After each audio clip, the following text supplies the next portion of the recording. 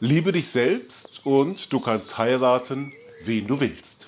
Ein bisschen überspitzt, ein bisschen übertrieben, wie bei so manchem Sprichwort. Und doch, ein wahrer Kern ist dahinter. Mit der Liebe, das ist ja so eine Sache. Es gibt ja immer zwei Seiten, die Schokoseite und die Mackenseite.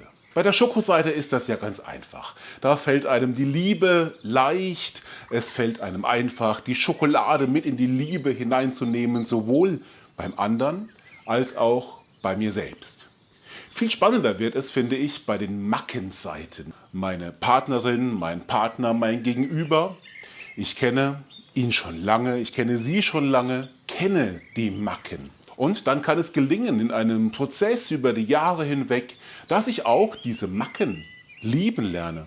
Und nochmal komplizierter ist es, finde ich, bei den Macken bei sich selbst.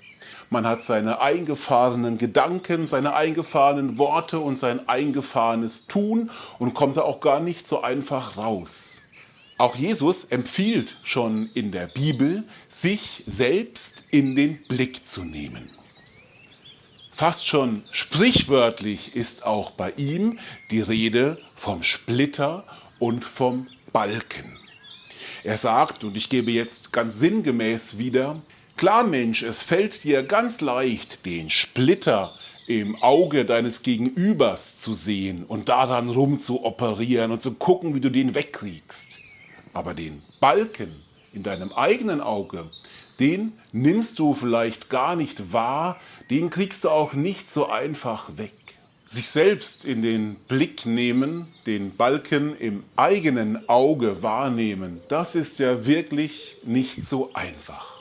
Gott hat zuerst einen Blick auf uns geworfen. Und zwar einen ganz besonderen Blick, einen Blick voller Liebe. Und die Liebe, die in diesem Blick steckt, die bleibt, egal ob wir Splitter oder Balken oder sonst was im Auge haben. Die Liebe ist es, die trägt. Und im Licht dieser Liebe kann ich mich aufrichten.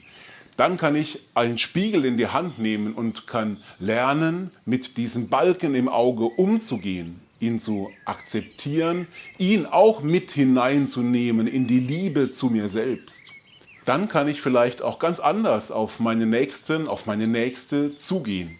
Ich muss ihn oder sie ja vielleicht nicht gleich heiraten, so wie es das Sprichwort vom Anfang nahelegt. Aber mit einem liebevollen Blick auf mein Gegenüber zugehen, das kann ich dann allemal.